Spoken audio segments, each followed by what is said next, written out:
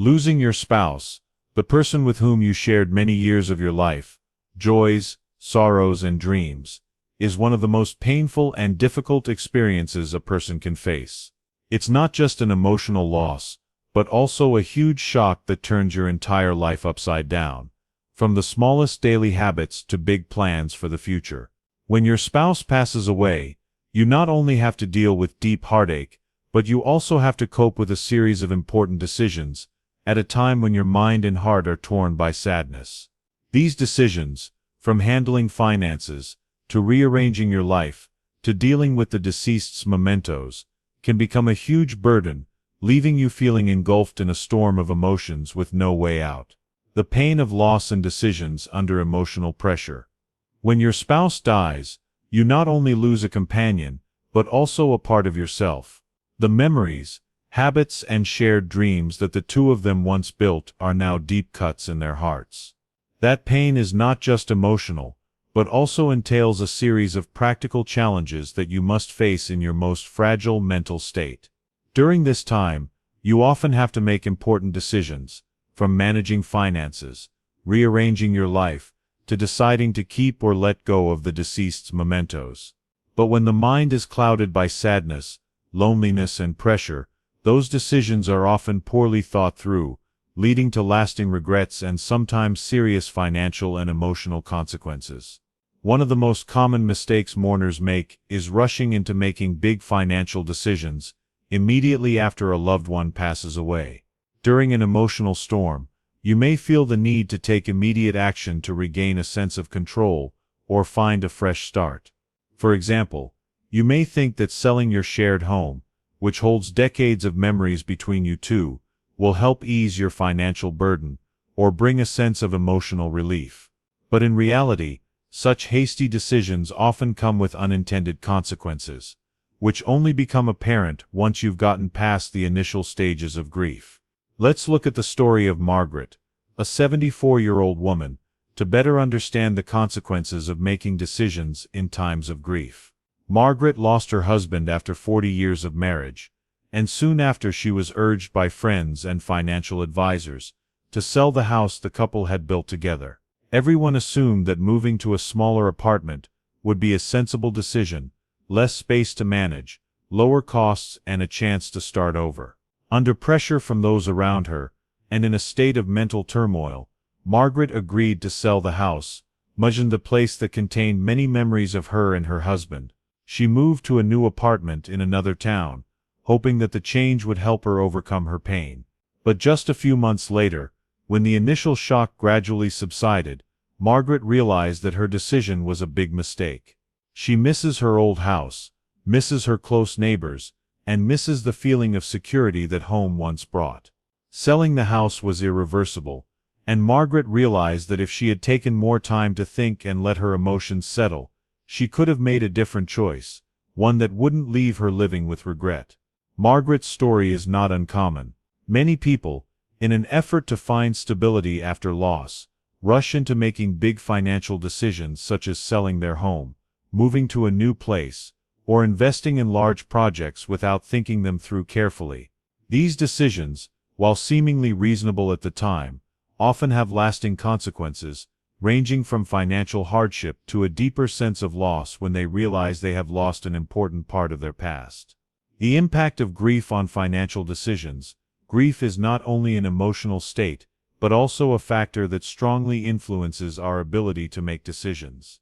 When you lose your spouse, you're thrust into a whirlwind of new financial responsibilities, from managing joint assets, paying bills, to deciding on the future of investments. In a mentally unstable state, your ability to think clearly and logically is severely impaired. Pain, loneliness, and feelings of disorientation may cause you to seek immediate solutions, hoping that they will provide a sense of control in a time when everything seems to be falling apart. One of the most common financial mistakes is rushing to sell a large asset, like a couple's home. Selling a house may stem from the intention to reduce costs, or from a desire to escape painful memories. However, as Margaret's case shows, these decisions often do not produce the expected results.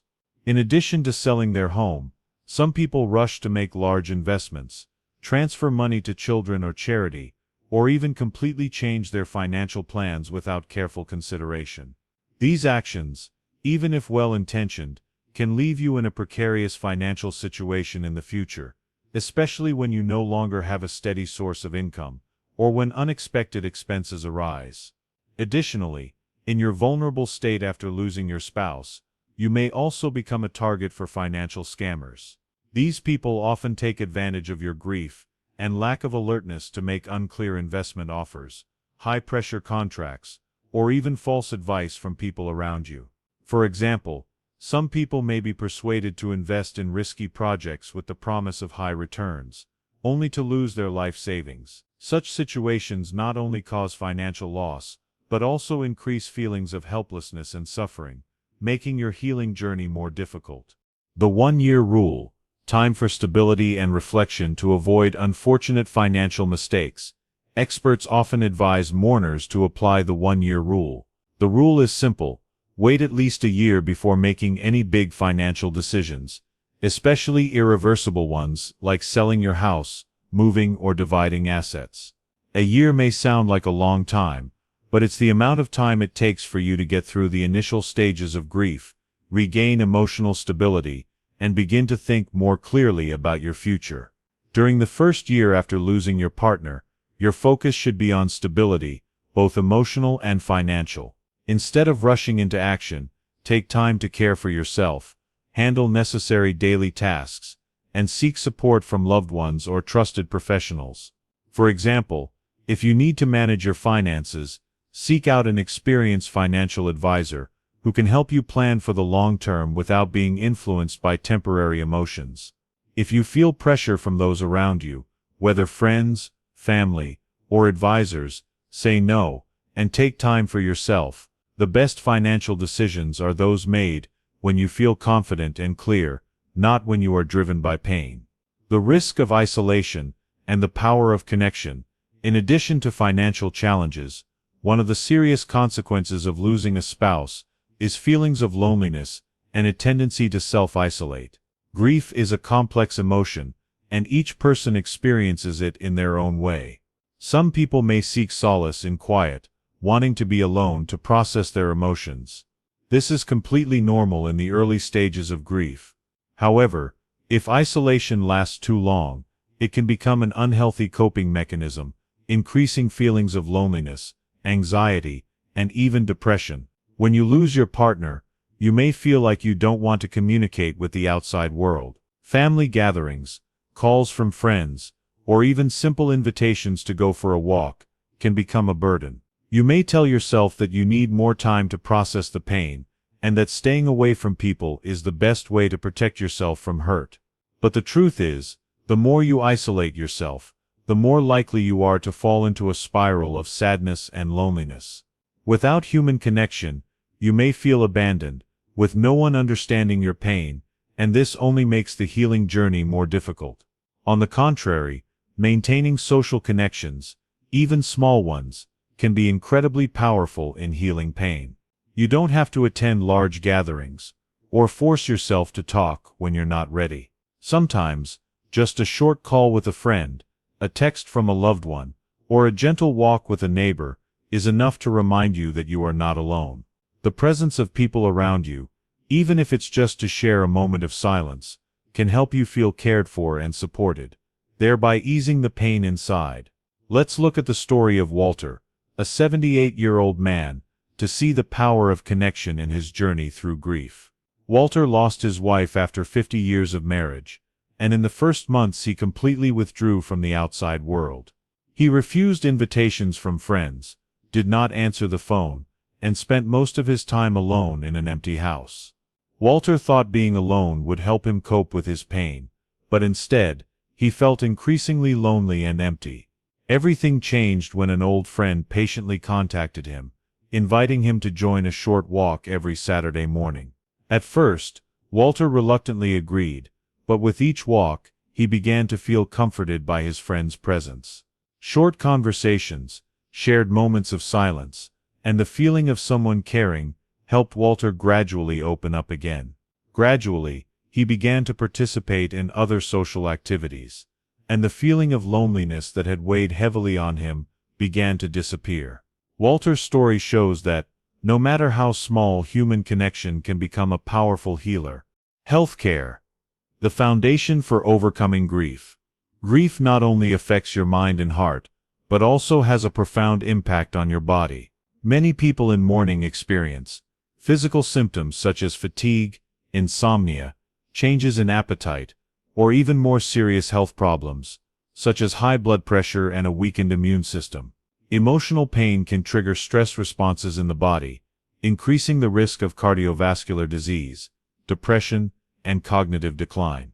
During these times, taking care of your physical and mental health is not just an option, but a prerequisite for you to be able to overcome pain and continue to live a meaningful life. However, when immersed in grief, many people tend to neglect their health. You may lose interest in eating, skip meals, or turn to unhealthy foods as a way to soothe your emotions. You may also stop exercising, skip regular checkups, or pay no attention to chronic health conditions, like diabetes or high blood pressure. These unhealthy habits, even if they last only a short time, can have long-term consequences, increasing stress and making your healing journey more difficult. Let's look at the case of James, an 81-year-old man, to see the importance of healthcare during times of grief. James lost his wife after a long battle with illness, and in the months that followed, he almost completely neglected his health. He lost interest in eating,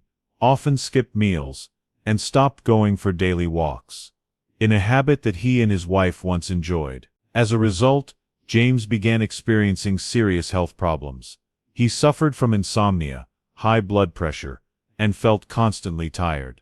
It was only when James's daughter realized his condition and took him to see a doctor that he began to change. The doctor advised James to get back to healthy habits, eating regularly, taking gentle walks every day, and joining a support group for those in mourning. Gradually, James realized that taking care of his health not only helped him feel better physically, but also gave him the mental clarity to deal with his pain. James's story is a reminder that in grief, self-care is not a luxury, but an integral part of the healing process. Exercise, even gentle activities, like walking or yoga, can have huge benefits in reducing stress and improving mood. Studies have shown that physical activity helps the body produce endorphins, a hormone that helps improve mood and reduce pain. Additionally, joining exercise classes or walking groups can also provide opportunities for social connection, helping you feel less lonely. Additionally, maintaining regular health checkups and managing chronic health conditions is extremely important. Grief can worsen existing health problems, so timely monitoring and treatment will help you avoid unnecessary complications. Mental health is equally important. Grief can increase the risk of disorders such as depression, anxiety, or post-traumatic stress disorder, PTSD. If you feel like you can't face your pain alone, don't hesitate to seek support from a psychologist or join a support group. Talking to a therapist or sharing your feelings with people who have similar experiences can help you feel heard and understood, which can ease your pain. Facing mementos, keep or let go. One of the biggest challenges mourners face is deciding what to do with their deceased partner's mementos. These items, from photos to clothes to small gifts the two of you have exchanged, are not just ordinary items, but symbols of the love and life you shared with that person. Facing them, and deciding whether to keep them or let them go, can be an emotional experience that is both comforting and painful. In the early days after losing a partner, many people tend to keep things exactly as they were. They leave their shoes by the door, hang their clothes in the closet, and keep their favorite chair where they used to sit. Initially, these items bring a feeling of closeness, as if your partner is still present somewhere in the house. But over time, keeping it all can turn your home into a sad place, where every little corner is a reminder of loss, making it impossible to move forward. Let's look at the story of Harold, a man who lost his wife after 55 years of marriage, to better understand the journey of dealing with mementos. After his wife passed away, Harold kept everything in the house exactly as it was. His wife's shoes were still on the door. Her clothes were still in the closet, and her favorite chair was still placed in the corner of the living room. Initially, these items gave Harold a feeling of comfort, as if his wife were still there. But over the months, Harold realized that holding it all in didn't help him heal, but instead made him feel trapped in his pain. Every time he passes by those items, he is pulled back to those sad days, unable to move forward. Finally, Harold decided to start letting go. He kept a few of the most meaningful items, like his wife's wedding ring and a family photo, and donated the rest. Letting go was not easy, but it brought Harold a sense of relief. He realized that letting go did not mean forgetting his wife, but creating space so he could continue to live and heal. Harold's story shows that keeping all your mementos can become an emotional burden, hindering your healing process. However, that doesn't mean you have to get rid of everything. The key here is to find a balance between keeping the items that are truly meaningful and letting go of the things that no longer serve your recovery journey. For example, you can keep a photo, a piece of jewelry, or a handwritten letter from your partner, and turn it into a precious keepsake to remember. At the same time, you can donate or store items that are no longer needed, such as clothing or everyday items, to create space for healing. More importantly, letting go doesn't mean you're forgetting your partner. On the contrary, it is a way to honor their memory by allowing yourself to move forward and live a life they would want you to live, a life full of meaning and joy. You can turn memorabilia into symbolic items, like sewing a blanket from your partner's shirt, or creating a photo album to preserve beautiful moments. These actions not only help you preserve your memories, but also bring a sense of comfort and strength to continue your journey. Facing pressure from outside. In the process of dealing with memorabilia and making big decisions, you may face pressure from those around you.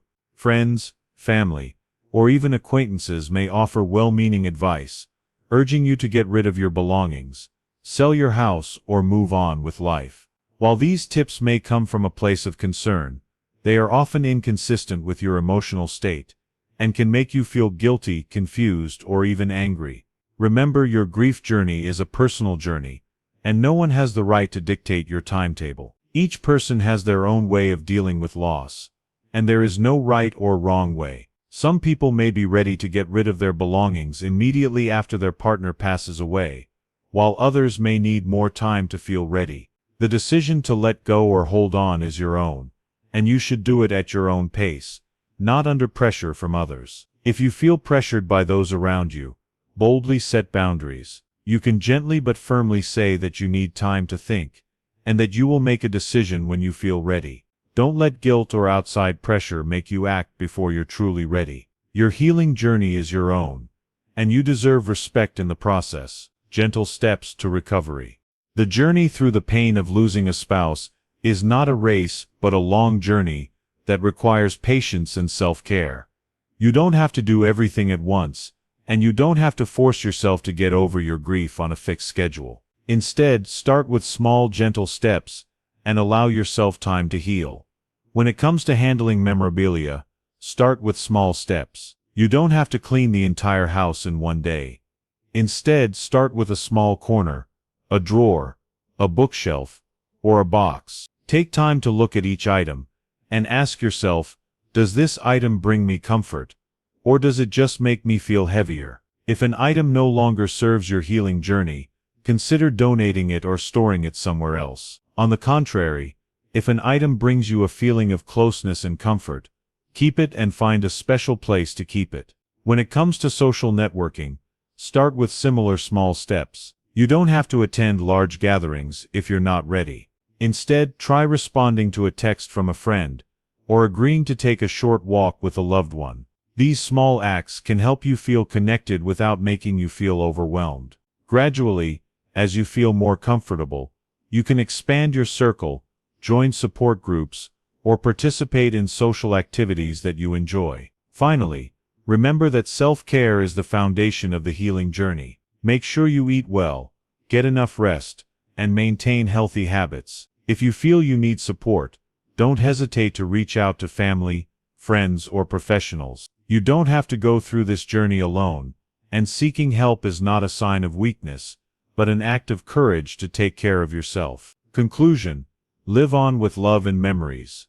Losing a spouse is one of life's greatest challenges, but it doesn't have to be the end of your story. Even though the pain may make you feel like your whole world has collapsed, you can still find light at the end of the tunnel. Not to forget your partner, but to continue living a meaningful life, carrying with you the love and memories they left behind. The journey through grief is a personal journey, and there is no right or wrong way. It's important that you allow yourself time to feel, to heal, and to find meaning in your life. Take time to think before making big decisions, especially financial decisions. Stay connected with people around you, even if it's just a small connection, so you don't feel lonely. Take care of your health, both physically and mentally, to have enough strength to continue your journey. And when dealing with your partner's mementos, find a balance between holding on and letting go, to create space for healing, without feeling like you're forgetting love. Finally, remember that letting go of material things does not mean you are letting go of love. The love you and your partner shared will forever be a part of you, and it will continue to guide you on your journey ahead. By taking care of yourself, seeking support, and allowing yourself to move forward, you not only honor your partner's memory, but you also open a new chapter in your life, one filled with meaning, strength, and hope.